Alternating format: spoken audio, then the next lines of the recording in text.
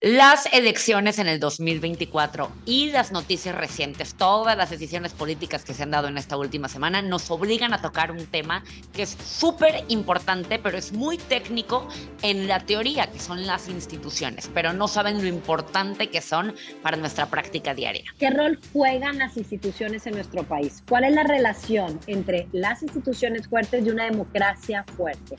¿Qué está en peligro si las instituciones se debilitan? Y obviamente vamos a tocar el tema qué pasó en Nuevo León esta semana, incluido también lo que está pasando en la Suprema Corte. Esto es Cambiando la Narrativa. ¿Qué tiene que pasar en este país para que realmente nos interesemos en la política? Tú eres de los que no se mete en la política, porque déjame decirte que la política se mete contigo. Cambiando la Narrativa nace con la intención de acortar la brecha que naturalmente existe entre tú, ciudadano, y las decisiones de tu país. Aquí no te vamos a estresar ni frustrar. Aquí te vamos a invitar que a través de la información pasemos de la indiferencia a la acción.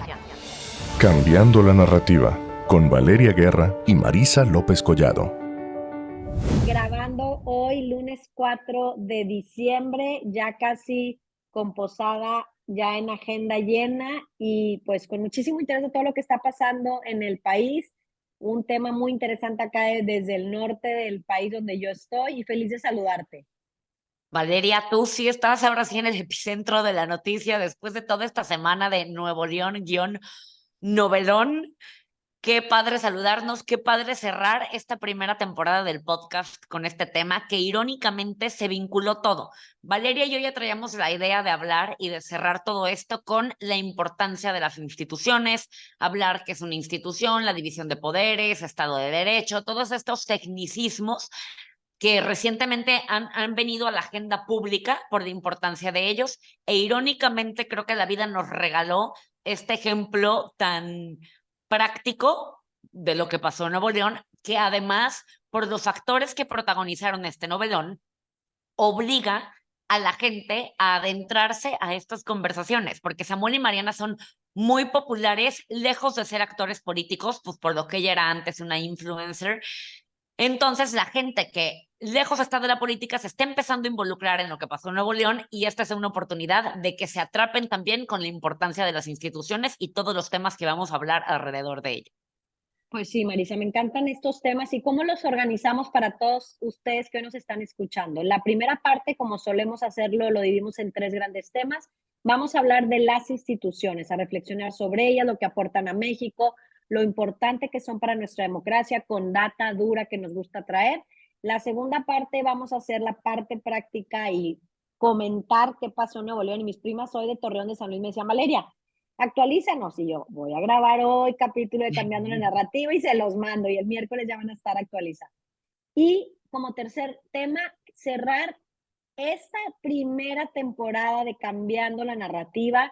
Hoy cerramos esta semana con nuestro capítulo para descansar algunos días todos, nosotros que ya sé que vamos a andar envolados en temas familiares, que nos hace bien y descanso. Entonces, bueno, esos son los tres temas. Y bueno, como siempre, nos encantará una vez que lo escuches que nos escribas y nos mandes tus comentarios. Entonces, pues arrancamos, Marisa. Arrancamos, Valeria. Feliz de la vida, tecnicismos. Fíjate que cuando yo entré como en todo este tema de la política, yo antes de entrar a la administración pública estaba vinculada al periodismo, estaba en radio, y la palabra institución es una palabra que no dominaba en mi vocabulario y que ni siquiera yo entendía como la importancia de ellas. O sea, para mí una institución era una escuela, ya sabes, como que algo pues, acartonado, lejano, sólido, no atractivo para nada. Mucho tiene que ver, y lo digo para toda la gente que es de mi generación, que yo nací ya en un país en donde las instituciones estaban en pañales, si tú lo quieres ver, pero ya había instituciones que estaban funcionando. El INE se crea, bueno, a raíz del 88, pero en 1996 se independiza de la Secretaría de Gobierno, pero a fin de cuentas, la primera vez que yo voté, yo ni siquiera tuve que marchar para tener ese derecho. O sea, ya había un INE que funcionaba, yo tenía IFE en ese entonces, yo tenía una credencial de elector, El INAI, cuando yo entré a la universidad, por ejemplo, una de las materias que llevé nos hacían pedir solicitudes de información al entonces gobierno federal, que estaba Peña Nieto en ese entonces, y yo, muy quitada de la pena, mandé una solicitud en el INAI preguntando qué mobiliario tenía Los Pinos y cuánto le costaba el mobiliario del cuarto de la Gaviota, por ejemplo. Y yo daba por hecho que esa institución, ni sin saber que era una institución, o sea, para mí el país funcionaba y yo no me daba cuenta que era algo digno de agradecer y hoy en día de valorar que funcionara de esa manera.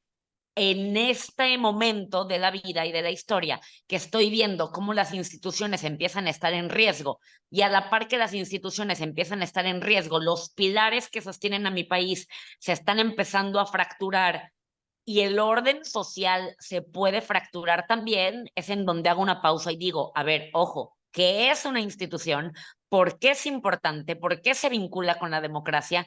Y pues para eso estamos aquí y tú tienes más datos que yo, entonces precisamente eso es lo que queremos venir a profundizar. Ya nada más para cederte la palabra, yo quise buscar la definición de institución y una institución es una organización establecida o fundada para desempeñar una función de interés público. Una institución, ojo aquí, ordena y normaliza el comportamiento de una sociedad. Es como la columna vertebral de este país. Así es, Marisa. Y también, según datos oficiales, hablamos cuando estamos refiriéndonos a instituciones de dependencias, entidades, empresas productivas del Estado como tal o per se, y según datos oficiales que están en datos abiertos, donde puedes pedir solicitud de información, como lo acabas de decir el ejemplo, estamos hablando de 330.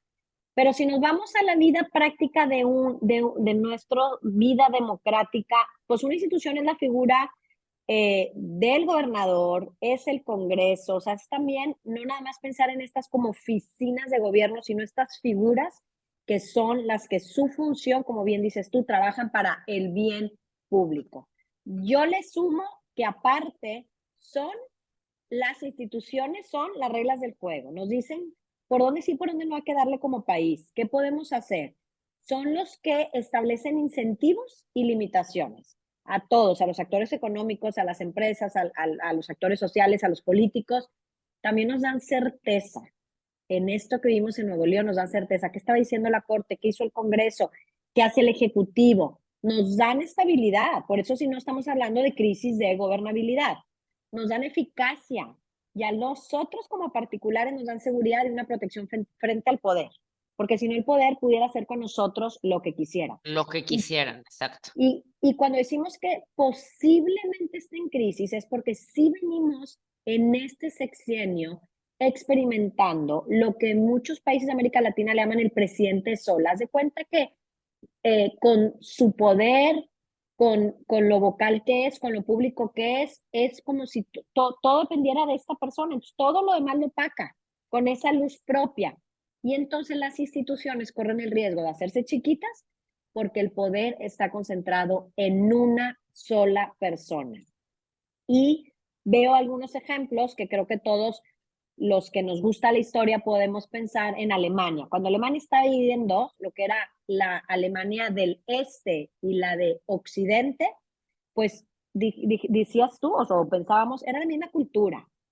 Antes de obviamente que se separó y se creó el muro de Berlín, la misma cultura, la misma historia, las mismas costumbres. ¿Y qué lo hacía diferente? Que de un lado había instituciones fuertes, hechas y decididas por todos democráticamente, y del otro lado era un solo partido que venía desde Rusia y donde tomaba las decisiones. O sea, hay veces que sí está vinculado las instituciones con el nivel de vida, de bonanza, de seguridad, de certeza para los ciudadanos. Es que por completo, o sea, si nosotros nos comparamos con países primermundistas, las instituciones funcionan, se respetan, son autónomas y la importancia de una institución que funcione, que sea completamente lejana al poder, o sea, me refiero a autónoma, y que sean independientes entre sí, es que no importa el color que gobierna en ese momento, la ideología que gobierna en ese momento, el país va caminando y va funcionando, independientemente de la figura de poder que llegue a marcar el rumbo, por decirlo de alguna manera, del país.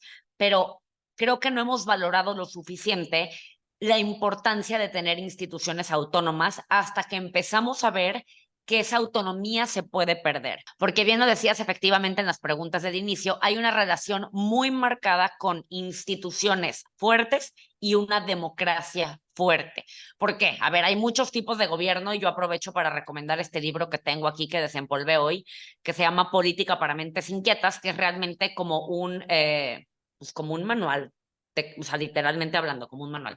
Y aquí te hablaba de todos los tipos de gobierno y nosotros nos basamos en una democracia, o sea, en México tenemos una democracia en donde la democracia es que el pueblo elige a sus gobernantes, pero dentro de nuestra democracia tenemos la división de poderes. ¿Qué significa una división de poderes? Que una sola persona no puede concentrar el poder absoluto.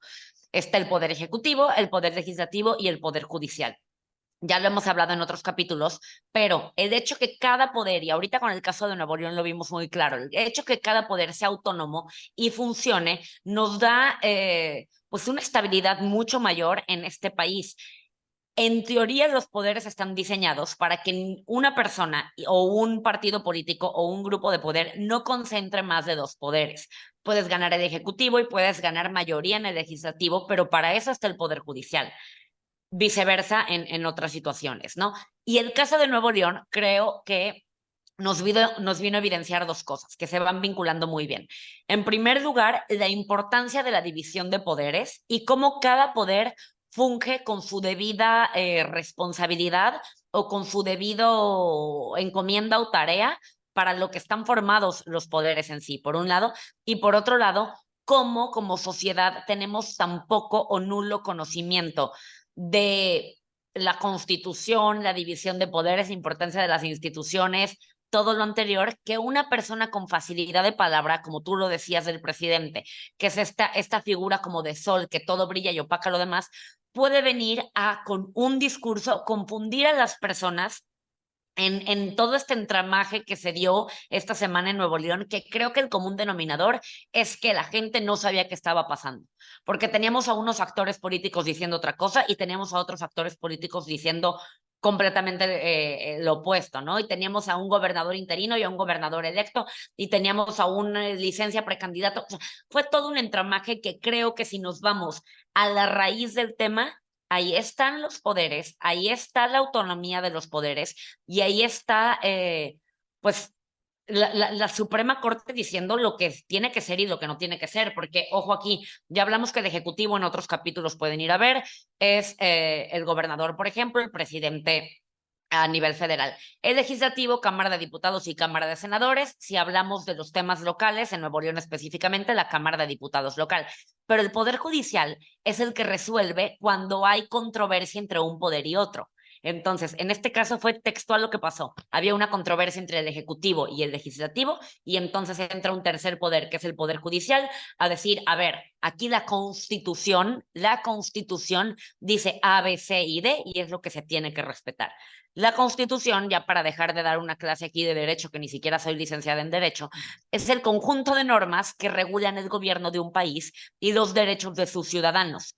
Conjunto de normas de cómo se gobierna un país, cómo se divide el poder y cómo se dividen también los derechos y las protecciones que tienen todos los ciudadanos. Entonces, la importancia de respetar la Constitución es para que llegue, quien esté a la cabeza del Poder Ejecutivo, no pueda hacer su santa voluntad con sus propias intenciones o con sus propios intereses, sino que hay unas reglas en donde todos los poderes, todos los ciudadanos, todas las personas nos tenemos que regir y a eso le llamamos Estado de Derecho.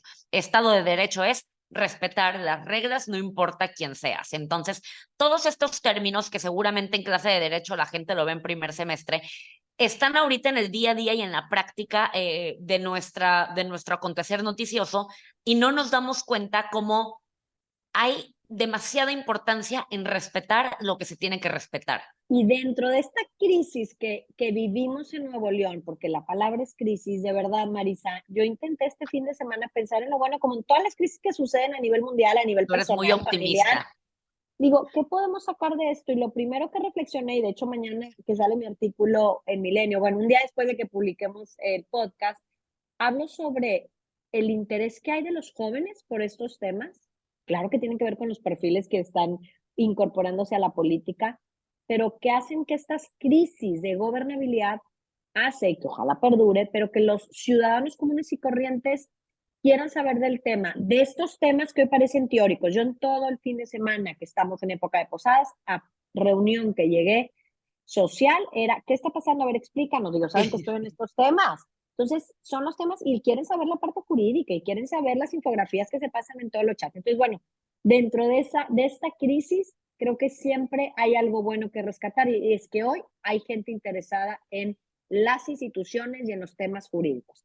Y para quien le interese más estos temas, de verdad no quiero dejar de mencionar que a mí me encanta todo lo que hace el IMCO, el Instituto Mexicano de la Competitividad, y tiene un estudio que le llaman el Índice de Desempeño Administrativo, que lo publican cada año, donde miden las principales instituciones de México su desempeño, desde la Secretaría de Hacienda, la de Gobernación, la SEP, de Bienestar, y nos da una radiografía, nos dice cómo están.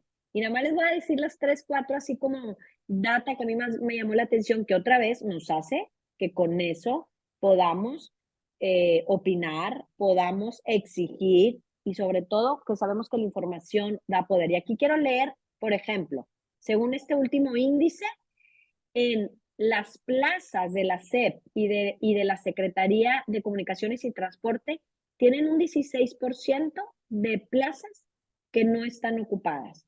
Imagínate ahorita poderle decir a quienes no están teniendo clases, escuelas públicas, que les faltan maestros, pues es falta de responsabilidad de hacer bien tu trabajo. Por otro lado, el gasto administrativo de la Secretaría de Salud y de Bienestar incrementó un 14 a 16%. Y sabemos que otras secretarías han ido disminuyendo su presupuesto. Entonces también vemos ahí el enfoque del gobierno, claro, del líder hacia dónde están llevando la inversión y que tiene que ver esto con todo un proyecto, y no me gustaría decirlo así, pero naturalmente se ve que electoral. Y en temas de presupuesto, en promedio, Bienestar, que sabemos que es donde más le han estado metiendo, ha habido un incremento del 20% anual en los últimos 2 años. Entonces, al final es, sí, el estudiar las instituciones nos dice qué estamos haciendo bien, hacia dónde se va el dinero, hacia dónde se va el interés, y si realmente las decisiones se están tomando desde un lugar técnico, desde un lugar político. Se supone que las instituciones tienen esa gente profesional. Y ya nada más como últimas 2 recomendaciones que hace este índice, dice que para poder mejorar las instituciones tenemos que, y esto a mí me encanta, profesionalizar a los servidores públicos, que no sean gente que pone y quita un actor político, las centralizadas y las autónomas. Y ahí es donde viene otro tema que muy polémico que me gustaría en otro capítulo abarcar, que es, les tenemos que pagar mejores a los funcionarios públicos. ¿Qué es eso de, bajémonos todos el 50%? ¿Cómo? Pues tú vas a tener gente no preparada, no con los mejores estudios, ¿verdad? Ni con las mejores credenciales. Y 2, evaluar y actualizar la estructura orgánica actual de las instituciones públicas. Yo cuando entré hace más de 17 años a trabajar en la Secretaría de Turismo a nivel federal, me acuerdo que había puestos que no hacían nada, no, pues ahí están, pero no hacen nada, llegó la persona nueva, no le gustó, contrató un amigo y ahí lo tienen y no lo pueden despedir. Hay que analizar cómo están las estructuras y bueno, eso es lo que sale como recomendación, y en nuestras redes les vamos a poner el índice para quien quiera profundizar más sobre este estudio.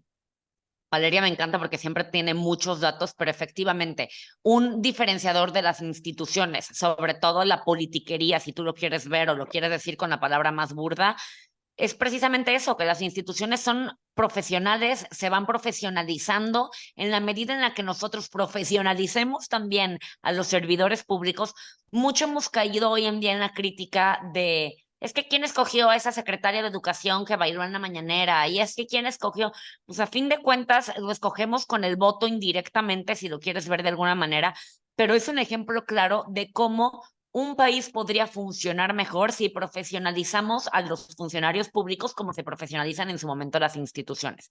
Y yo, aprovechando también, parece esto una recomendación de libros, pero empecé a leer recientemente uno que, Cómo mueren las democracias, y habla de cómo mueren las democracias desde adentro del poder, o sea, cómo una persona que, aquí tengo el término exactamente, pero cómo la democracia puede fracasar a manos de líderes electos que se eligieron por la misma democracia. ¿A qué voy con esto? Llegan al poder por las urnas, por instancias, por las votaciones, y desde adentro del poder empiezan a desmantelar las instituciones.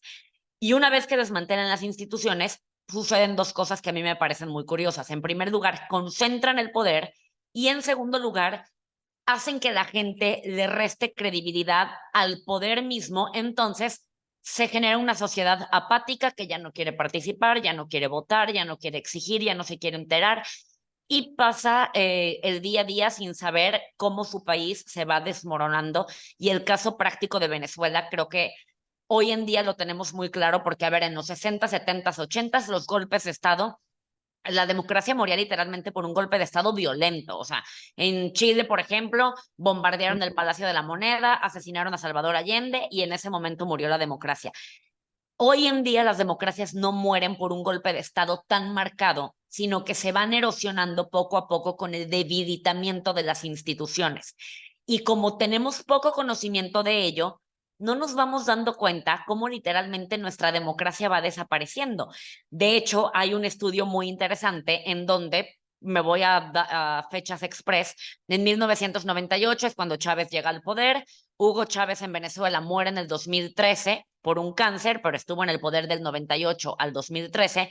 Ya había cambiado la constitución, ya se había perpetuado en el poder, ya había intentado desaparecer la Asamblea Legislativa, que es lo equivalente al Poder Legislativo, Cámara de Diputados y de Senadores en nuestro país. Y todavía en el 2012, un año antes de que muriera, se le preguntó a los venezolanos del 1 al 10 cómo calificaban su país, como poco democrático siendo 1 y muy democrático siendo 10. E irónicamente sacaron un 6 o 7, 6 punto y pico, 6.7 me parece, cuando ya su democracia estaba realmente en ruinas, pero no se dieron cuenta o no se estaban dando cuenta que ya no existía su democracia, puesto que no fue un hecho tan consolidado como un bombazo, un bombardeo, un atentado, sino que Poco a fue poco. paulatinamente, exacto.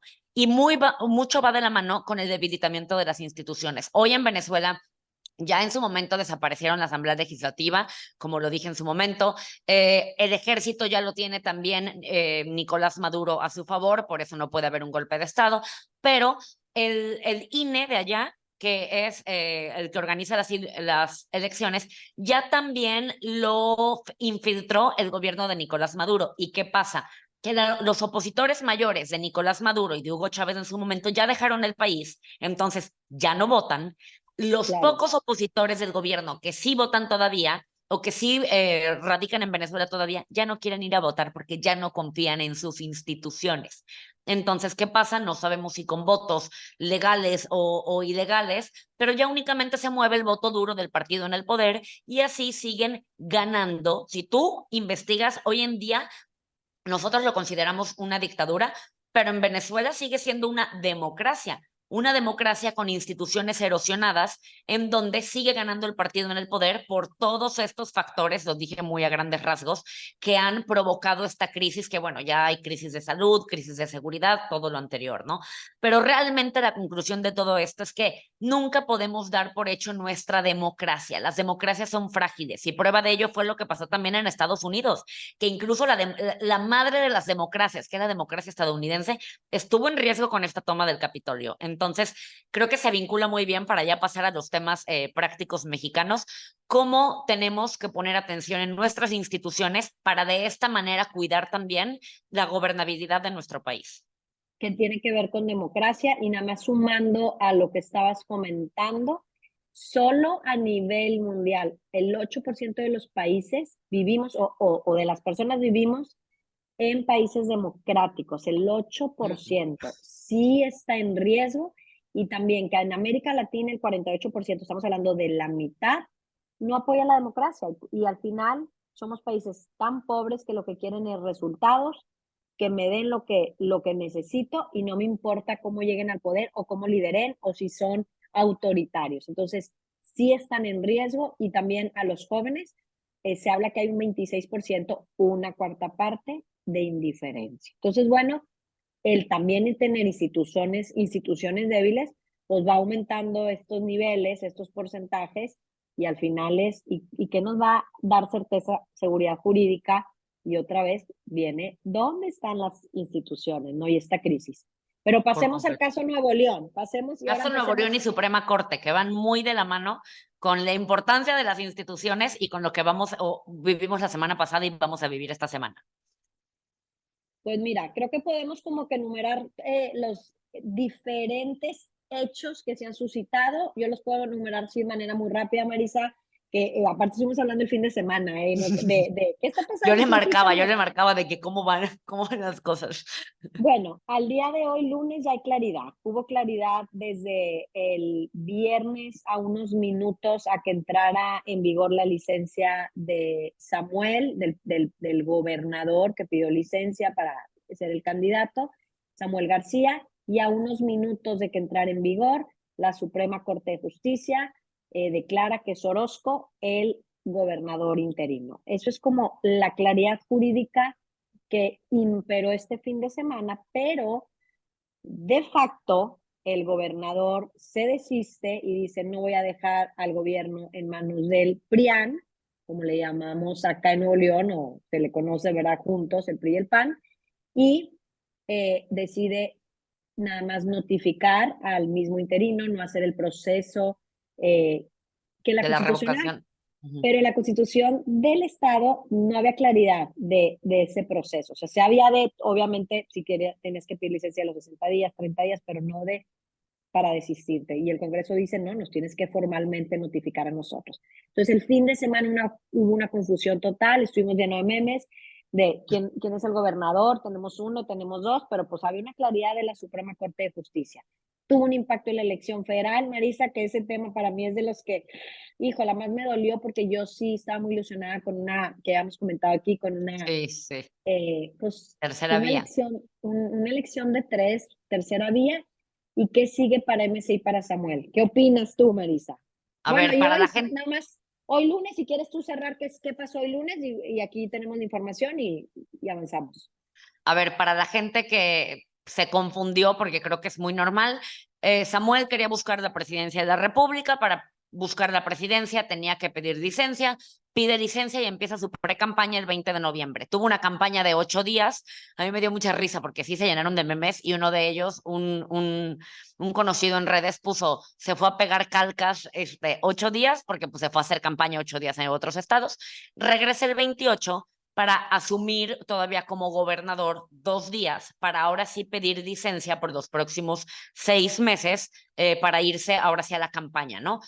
Era muy importante la fecha porque el 2 de diciembre era la fecha límite que él tenía si quería irse como candidato a la presidencia. ¿Por qué? Porque la Constitución, otra vez la importancia de la Constitución estipula que si tú quieres buscar la presidencia de la República, tienes que dejar el cargo, y esto es un tema importante con el tema de Dante, tienes que dejar el cargo en el que estás 6 meses antes, por lo menos, y los 6 meses antes eran el 2 de diciembre. Entonces, Samuel había tenido este tema que no tiene el Congreso, el poder legislativo de su estado, a su favor. Entonces, el Congreso quería dejar a un gobernador interino, como lo estipulaba la Constitución, que el Congreso era el que decidía si el gobernador pedía una licencia mayor por 6 meses, el Congreso decidía quién se quedaba como gobernador interino, pero Samuel quería con estos vacíos de la ley, que a ver, no es el único que los aplica. La ley y sus interpretaciones se prestan a que todos los actores políticos estén buscando los vacíos a su favor. Pero Así es, creo que Samuel, lagunas. exacto, las lagunas, exactamente, pero creo que Samuel usó los vacíos de la ley más su facilidad de palabra para crear toda una narrativa. O sea, él realmente, yo lo platiqué y a mí eso es lo que más me sorprendió. Yo con mucha gente que simpatiza con Movimiento Ciudadano lo platicaba y es que si lo eligieron 700,000, o sea, el argumento de Samuel se lo compraron por completo, cuando su argumento no era en base a lo que la Constitución estipula, era una manera en cómo él quería jugar sus cartas de la mejor manera para dejar un gobernador a modo de él, que lo tenemos que decir también. Ninguno de los dos actores, llámese Congreso, llámese Poder Ejecutivo, resultaron con la madurez suficiente como para acordar o llegar a un acuerdo a favor de la estabilidad constitucional del Estado, sino que Y cada yo hago uno, aquí, Perdón, Adelante. y aquí te hago aquí un paréntesis, Marisa, para recordar bueno, quienes no estén familiarizados con esto, que como ya habíamos vivido eso en la administración pasada con El el Bronco. Bronco sí negoció con el PRI y el PAN, también tenía mayoría y que al parecer tampoco tiene buena relación, dejar a su interino, que fue su secretario de gobierno. Entonces aquí sí hubo un reto, pero también llevamos más de un año de vivir este conflicto y padecer este conflicto entre el Ejecutivo y el Y el PRIAN, que no, sí, el Legislativo, el Congreso, que hoy tienen esa mayoría y que pues al final para cara de los ciudadanos pues ninguno de los dos ha querido ceder y para mí aquí no hay buenos ni malos. Son responsables y afectados los ciudadanos. Que a fin de cuentas creo yo que el ejecutivo, o sea, Samuel, decía mucho, es que a mí me dijeron 700,000 personas, entonces tiene que quedar alguien de Movimiento Ciudadano, o sea, de mi misma fórmula. Pero por otro lado, el Congreso daba un argumento muy bueno también que decía, sí, así como a ti te dijeron 700,000, a nosotros como diputados nos eligieron más de 1 millón de ciudadanos de Nuevo León, precisamente para cuidar que no te descarriles con tus decisiones en el poder, para ponerte un freno. Y tu freno es la Constitución. Y la Constitución estipula que si pides licencia, nosotros como Congreso decidimos quién se queda y se queda Luis Enrique Orozco. A Samuel no le convenía Luis Enrique Orozco y lo tengo que decir también. Traíamos una figura, por lo menos esta es mi percepción personal, de Samuel García como un político joven que traía una inercia ganadora, que sí senatore, que sí gobernatore, entonces era como la imagen que daba y de repente nos dimos cuenta que sí flanqueó como novato por no tener la capacidad de negociar como los grandes y viejos políticos sí lo hacen. Esto sí fue un revés durísimo para el egocentrismo que él maneja frente a la figura del poder ejecutivo. Pero en conclusión, había esta disputa entre poder ejecutivo y poder legislativo. Samuel recurrió al poder judicial también, entonces, que si un tribunal me dijo que sí se queda alguien afín a Movimiento Ciudadano, que si y ahí iban como las instancias avanzando, hasta que 10:30 de la noche del viernes sale a decir, yo me voy mañana, ya un tribunal me dio la razón, a partir de las 2 en punto entra el secretario Navarro como gobernador Navarro. interino, tras, 11:50 de la noche, 10 minutos antes de que dieran las 12, que acuérdense que era la fecha límite, sale la Suprema Corte a dar un manotazo en la mesa y a decir, la Constitución dice que el poder legislativo es quien escoge, entonces respaldamos la decisión del Congreso de Nuevo León de dejar a Luis Enrique Orozco. Y ahí se le deshace todo el plan, no solo a Samuel, sino a Dante y a Movimiento Ciudadano, porque entonces Samuel prefirió regresar a, al Palacio de Gobierno y dejar sus aspiraciones políticas en lugar de abrirle la puerta a un gobernador que no era a modo de él. Entonces, ahí lo vemos entrando por la puerta de atrás, debilitado. En las fotos se ve un gobernador mucho más débil a lo oriondo que él presumía en las imágenes anteriores. Y ya viene todo este tema constitucional para empezar, él tenía una licencia. Entonces, el Congreso, que también se la quieren hacer difícil, es como, pues tú estás de licencia, yo te la probé, ¿para qué? Totalmente. ¿Quién sabe? Ahí tienes tus 6 meses de licencia. Y empezó esta crisis constitucional en donde ¿quién es el gobernador? El gobernador interino que la Suprema Corte dijo, o Samuel que ya se echó para atrás y que siempre sí se queda en Nuevo León. Y hoy, lunes, ya para concluir, el actor político más maduro en este momento, creo yo, fue el Congreso, porque en teoría en el deber ser, Samuel tenía que notificar al Congreso que ya no iba a usar la licencia, el Congreso tenía que agendar cuando sesionaba en este tema, someterlo a votación, pero con este vacío de la ley que tú misma dijiste que no estaba bien estipulado, Samuel dice, ya no voy a usar la licencia, y entonces el Congreso sale a decir, cedemos la situación, por decirlo de alguna manera, se retira Luis Enrique Orozco y Samuel Así García es el es. gobernador. Entonces, hoy que estamos grabando a las 6:46 de la tarde, ya entonces sabemos que Samuel García es el gobernador constitucional de Nuevo León por lo que resta de su periodo y Movimiento Ciudadano se quedó sin candidato. Entonces, hoy también, a la hora que estamos grabando, está la sesión de Movimiento Ciudadano para definir quién va a ser el candidato a la presidencia de la República por esta tercera vía. Aquí dos reflexiones. En política todo puede suceder 15 minutos antes. Aquí fueron 10, Marisa. Ya, mira, ya cada vez se va recortando más. Yo siempre digo cuarto para las 12, como sabemos el dicho que se cierra siempre la discusión del presupuesto cuarto para las 12. Bueno, ahora fueron 10 para las 12 y todo cambió en unos minutos, lo que de repente es pues, la elección del 2024. Y otra de las reflexiones es la importancia de las instituciones fuerte. A partir de que la Suprema Corte de Justicia se definió el viernes a las 11:50, hubo claridad, hubo claridad. Exacto, exacto. Y entonces ya, ahí es donde lo ves de manera práctica y dices, pues esto es lo que dice la ley.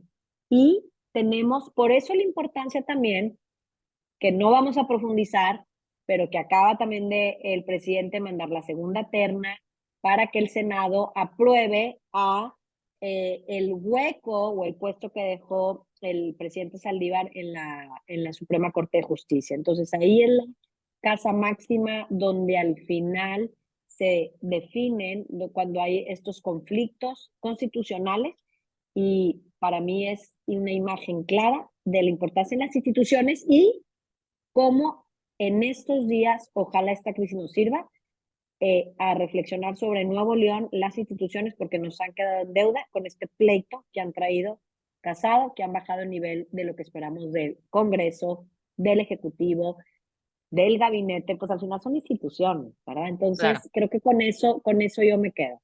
Pero cuadra perfecto lo que dices, porque efectivamente había toda una confusión, que si es uno, que si es el otro. Otro juez y otro tribunal dijo, Samuel no se puede ir hasta que no se defina quién se queda al mando de Nuevo León. Una cosa y otra, la pelota para acá, para allá, una narrativa, la otra narrativa, y toda la razón del mundo. Llega la Suprema Corte a ponerle orden y a darle estabilidad al Estado y al país en general, porque todos estábamos con palomitas viendo el caso Nuevo León, ¿no?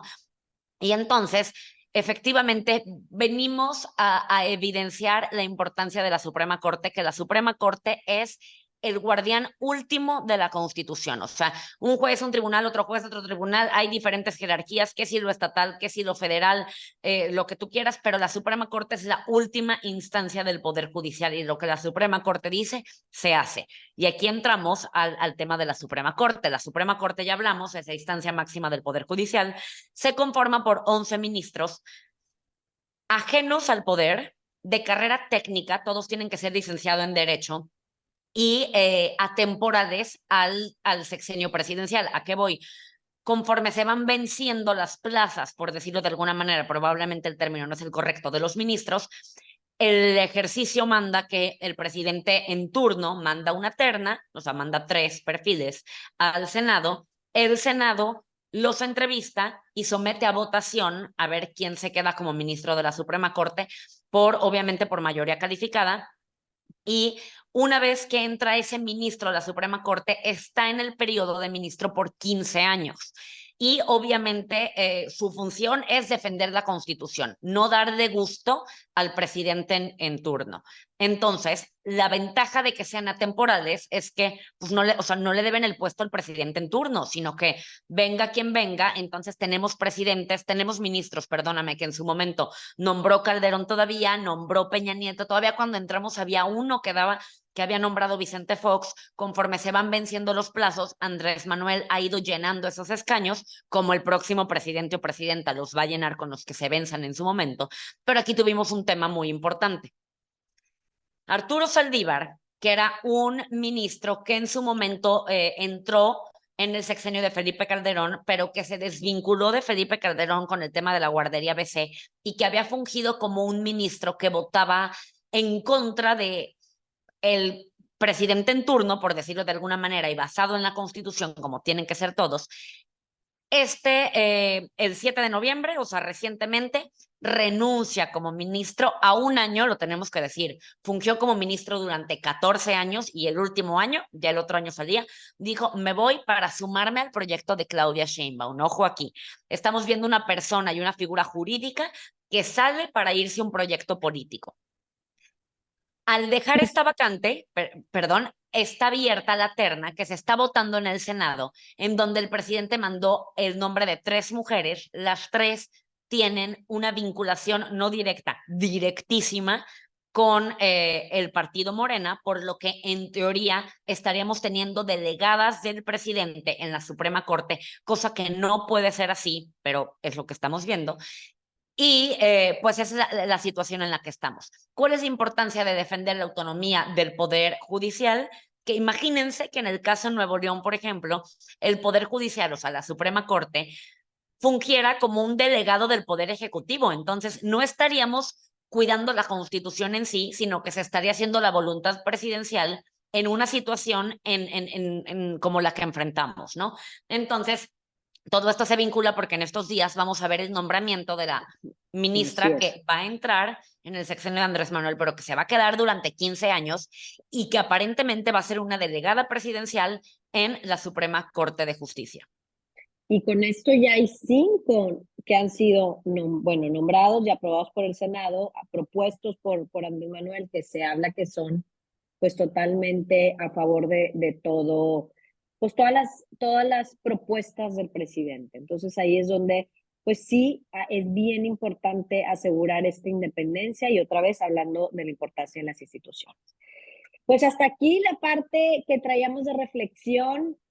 Vimos la parte práctica, la parte teórica, de reflexionar sobre nuestro papel como ciudadanos en las instituciones, que al final pues son muy útiles y nos dan claridad, nos dan certeza, y por eso la importancia de estar exigiendo profesionalización y información. Entonces, Por completo. pues vamos cerrando con las conclusiones que nos llevan también a cerrar este ciclo, esta primera temporada de estos 14 capítulos. ¿Con qué te vas, Marisa? Tenemos aquí algunas reflexiones para cerrar. Mira, yo por completo creo que cuando empecé el podcast traía claridad en la necesidad de, lo dijimos el primer día que estábamos tú y yo sentadas redactando allá afuera de la cabina de grabación, de reducir la brecha que existe entre el poder, o sea, las figuras políticas y los ciudadanos, porque en la medida en la que acerques a los ciudadanos a la política, mejor va a funcionar, pero nunca pensé tener tantos ejemplos, tanta claridad y tanta la importancia de hacerlo. Poco a poco hemos ido platicando y desde ir a dar de comida a los migrantes, en el capítulo de migrantes, hasta cuidar de infancia a tu alrededor, con el capítulo de Sound of Freedom que tenemos también, que la ventaja es que la mayoría de nuestros capítulos son atemporales, entonces se pueden regresar a escucharlos y en todos aprendes algo. Pero a fin de cuentas, sobran ejemplos de cómo nos podemos volver ciudadanos activos, y un ciudadano activo que favorece en la infancia alrededor, apoyando a los migrantes, en su fraccionamiento, sí está cambiando este país. No te tienes que postular de diputado, de senador, de lo que tú quieras. Con ser un ciudadano que ejerza su función de ciudadano y que no solo esté en la apatía, viendo Netflix, en posadas, hasta hablar en posadas de política es ser un buen ciudadano. Entonces, creo que esta primera temporada a mí me abrió como abanico pues, todas las posibilidades que tenemos para involucrarnos, para cambiar a México, si lo quieres ver de alguna manera. Y yo me quedo con 3 cosas que las voy a enumerar muy rápida, pero básicamente yo lo que he aprendido es a salir, a opinar, a estar actualizada y ser vocal. Yo, de los temas que más me ha impactado fue el de seguridad, que El de leí el seguridad es libro, buenísimo, vayan a escucharlo. que morir es un alivio, el libro fuertísimo, que ahí viene esta teoría de por qué los exnarcos entran a ese mundo. Y realmente estuve pensando igual en los diferentes temas, cómo cambió cuando por primera vez hablamos de, oye, vamos a tener una elección de 2 mujeres, bueno, que fue romper con todos los esquemas esperados históricamente. Entonces, para mí es igual estar actualizada y ser vocal, porque de todos los temas se requiere que se hablen, sobre todo quien pues tiene esta posibilidad, como lo que estamos haciendo tú y yo. También digo que va de la mano, todos los temas son importantes, todos los temas son importantes, y aquí a quienes nos escuchan, tráiganos y más temas a la mesa de los que quieran hablar. Y por último, que otro que me encanta y lo mencionamos mucho es, se habla de política y se habla de política en la mesa. Una manera de fortalecer nuestras instituciones es hablar de estos temas, es hablar de la política, es exigir, es ventanear, es usar los medios que tenemos desde las redes sociales, desde donde trabajas, y hay que hablar de estos temas. Viene una época familiar, viene una época de muchísima unión y entonces como mexicanos, y si nos escuchas de otros países, hablar de estos temas. Y para México va a ser el tema, entonces hay que seguir hablando y que desde niños nos escuchen los niños, los jóvenes hablando de estos temas. Por completo, porque aparte, y con esto igual cierro, vienen posadas, podemos empezar a hablar de todo esto y podemos empezar a concientizar a la gente que naturalmente se cataloga como déjate tú apartidista, como apática de los momentos electorales. O sea, ahorita vienen, que los llevamos de la mano también en esta primera temporada, que si Marcelo se baja, que si Xóchitl, que si Santiago Krill declina, que si Beatriz Paredes, lo que tú quieras, y hasta nosotros lo llegamos a platicar tú y yo también, te desgasta, es como, ay, qué flojera, ay, la elección. Entiendo que la gente que no le gusta la política, pues está más desgastado que nosotros, pero no nos damos cuenta que la única manera de profesionalizar a las instituciones, mejorar las decisiones de nuestros legisladores, es ir a votar el próximo 2 de junio. Y la gente no va a ir a votar si no conoce la importancia, déjate tú de las elecciones, de esta elección. Y cómo empiezas a mover a la gente literalmente a las urnas, involucrándolos en el acontecer de este país. Si todos, lo digo de todo corazón, si todos nos involucráramos para bien, este país sería otro.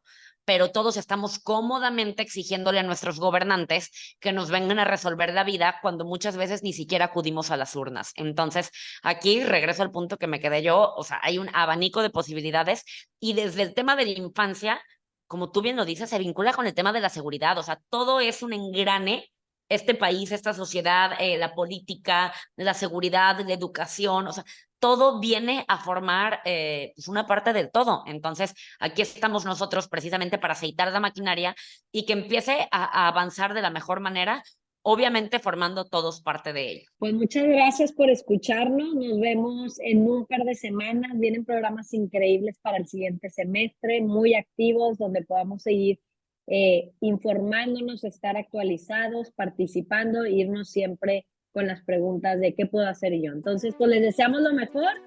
Un abrazo a todos y nos pueden seguir en las redes sociales. ¿Tus redes sociales, Marisa?